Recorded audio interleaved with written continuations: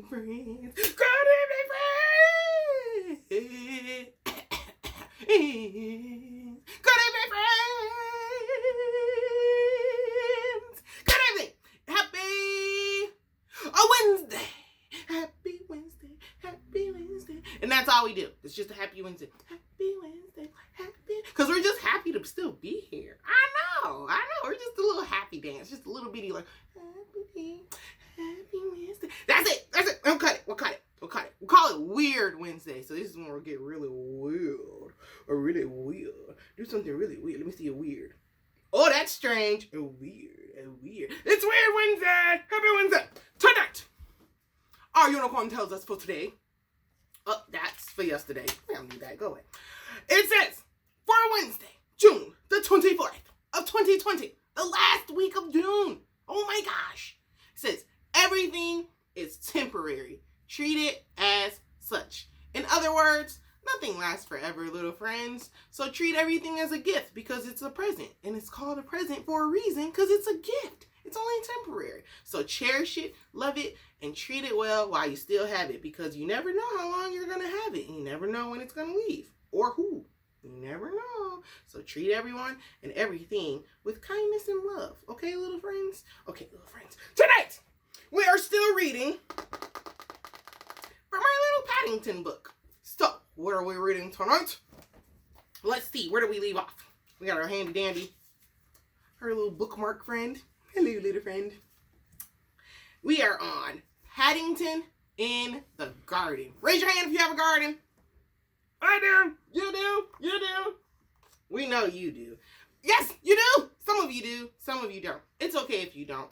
Everybody, you don't need to have a garden, but it's really cool. I have a garden, and I'm able to go out and go get my vegetables, my veggies from there, and my fruits. I got a couple of fruits, not a lot of, just some strawberries and stuff. But we can go out in the back, and it's cool when you have your own garden, and it's also cool if you have a community garden. Maybe you can start one. Collect all of your friends, get a community garden going, find a little area in your area. Little area in your area. You get me? Yeah. Okay. Find it. Go plant. But let's see how Paddington does in his garden. You ready? Let's go. Paddington in the Garden. One morning, Paddington went out into the garden and began making a list of all the nice things he could think of about being a bear and living with the Browns. He had a room of his own and a warm bed to sleep in. And he had marmalade for breakfast every morning. We know Paddington loves his marmalade. I know, little friends. In darkest Peru, he had only been allowed to have it on Sundays. That's it. Now he can have it all the time. The list was soon so long, he had nearly run out of paper before he realized he had left out one of the nicest things of all. What is he sitting? The garden itself. The very thing he's sitting in and thinking about all the wonderful things that he has. He's sitting in one of the wonderful things. Paddington liked the Browns' garden. Apart from the occasional noise from a nearby building site, it was so quiet and peaceful. It didn't seem like being in London at all. London's a country. It's over yonder. It's across the Atlantic. That's an ocean. Oh man, I'm confusing you. I'm sorry. But nice gardens don't just happen. They usually require a lot of hard work, and the one at number 32 Windsor Gardens was no exception. Mr. Brown had to mow the lawn twice a week, and Mrs. Brown was kept busy weeding the flower beds. There was always something to do. Even Mrs. Bird lent a hand whenever she had a spare moment. She rarely has a spare moment. It's a lot of work with the garden, though, kiddos. Gotta pull up all those little weeds, water, plant, mow. So much fun. It was Mrs. Bird who first suggested giving Jonathan, Judy, and Paddington each a piece of the garden.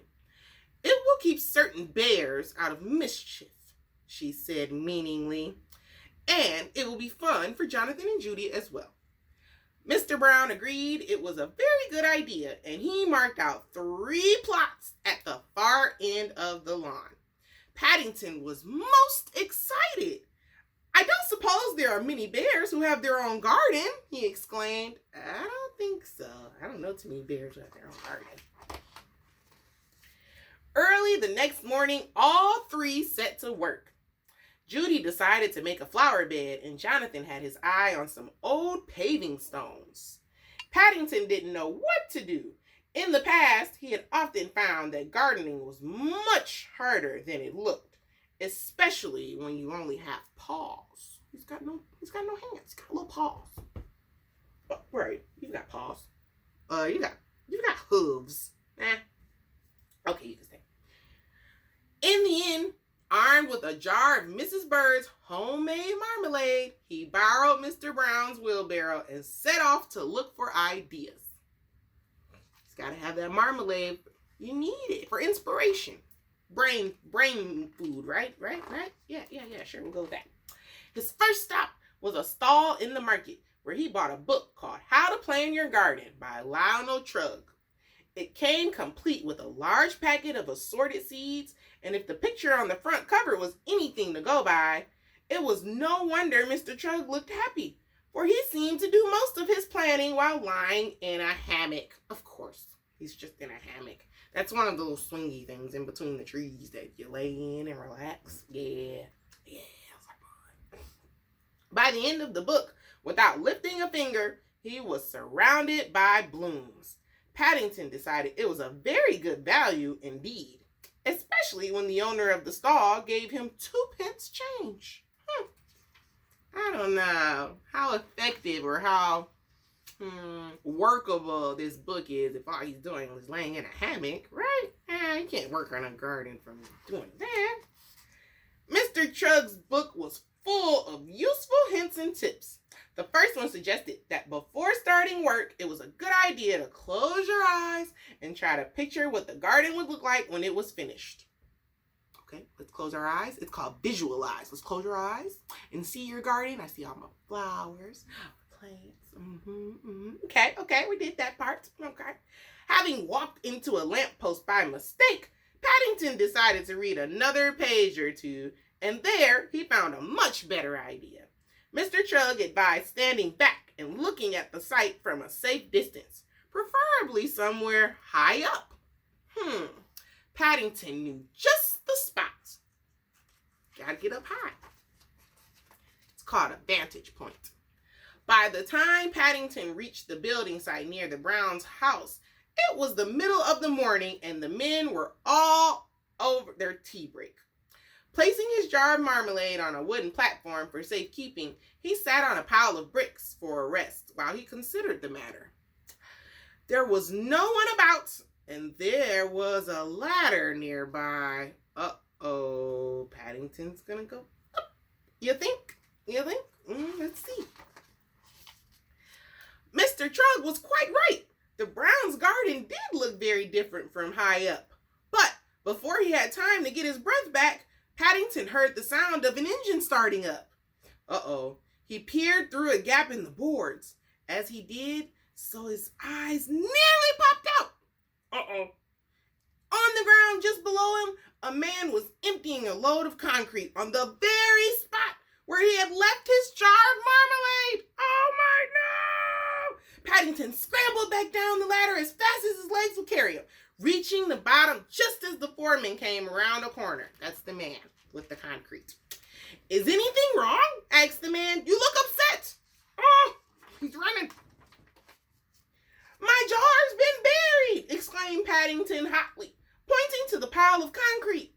"It had some of Mrs. Bird's best golden chunks in it, too." "Oh, no.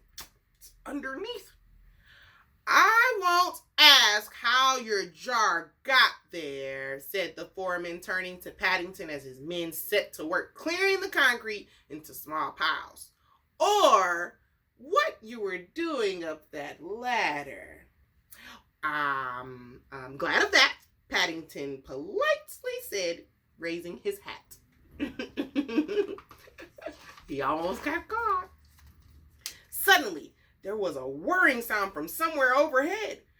And to Paddington's surprise, the platform landed at his feet.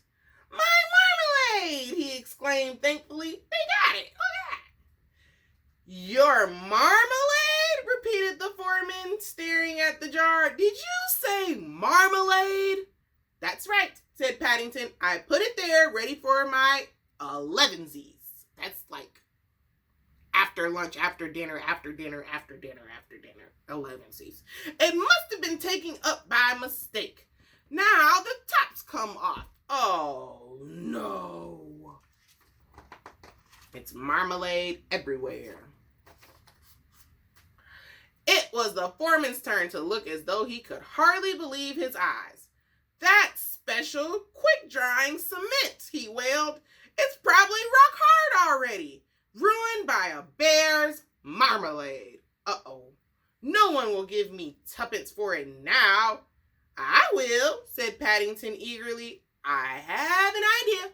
Uh-oh. What do you think he can do with this? It's rock hard. Look at it.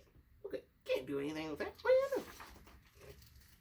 Paddington was busy for the rest of the week. When the builders saw the rock garden he had made, they were most impressed. And the foreman even gave him some plants to finish it off until his seeds started to grow. "It's National Garden Day on Saturday," he said. "There are some very famous people judging it. I'll spread the word around. You never know your luck." Look at it. He made a beautiful rock sculpture. See, and Paddington didn't even know what he was going to do with his little plot, did he? You never know where inspiration comes from, friends. The foreman was as good as his word, and on Saturday, half the neighborhood turned up at number 32 Windsor Gardens to see the judges arrive.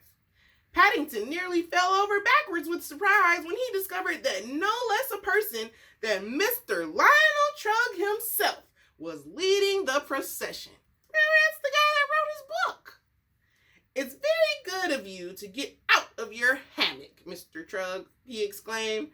Not at all," said Lionel Trugg. "My pleasure. I must say I love your orange stones. Where did you find them?" "I didn't," said Paddington. "I think they found me, thanks to the builders." "Congratulations," said Mr. Trugg as he handed Paddington a gold star. "It's good to see a young bear taking up gardening. I hope you will be the first of many." "Who would have believed it?" said Mr. Brown as the last of the crowd departed. "You must write and tell Auntie Lucy all about it," said Mrs. Bird. "They'll be very excited in the home for retired bears when they hear the news." Paddington thought that was a good idea, but he had something to do first. What do you think? What do you gotta do? He wanted to add one more important item to his list of all the nice things there were about being a bear and living with the Browns. Having my own rock garden. That is a pretty awesome one. Then he signed his name and added his special paw print. Boop. Just to show it was genuine. Genuine means real. Just to show it was real. The end. We're going to put our little bookmark back because that's our next story tomorrow. And we're at the end. That's the end of that one. Did you like it? Are you going to go plant your garden? Or did you take some tips? Are you going to take a little rocks? Go find some inspiration? You can get as creative as you want with a garden. That's the beauty of having a garden. It's literally your own little space of creativity. So, have fun, little friends. That's it. I'll see you guys tomorrow night. It's Thursday, Friday Eve. Get our little Thursday dance on. And we're almost done with Paddington. And we have a ton of new books. We got a donation, which is awesome, and we appreciate it. And if you guys want to donate books, that'd be cool. Just let me know. Send me a message and let us know. But we're always accepting books and book recommendations. So let me know what you're reading, or if you want to see a story that you'd like to be read. And if you're an author and you write stories, oh my gosh, send me a message so I can get your book and we can read it for bedtime stories. Okay. I'll see you tomorrow, little friends. Sleep tight. Don't let the bed bugs bite. Bite them back. Of course, always. You always bite them first. That's what we do. And I'll see you tomorrow. Sleep tight. Good night. Happy great Thursday. Have a wonderful sleeping times. And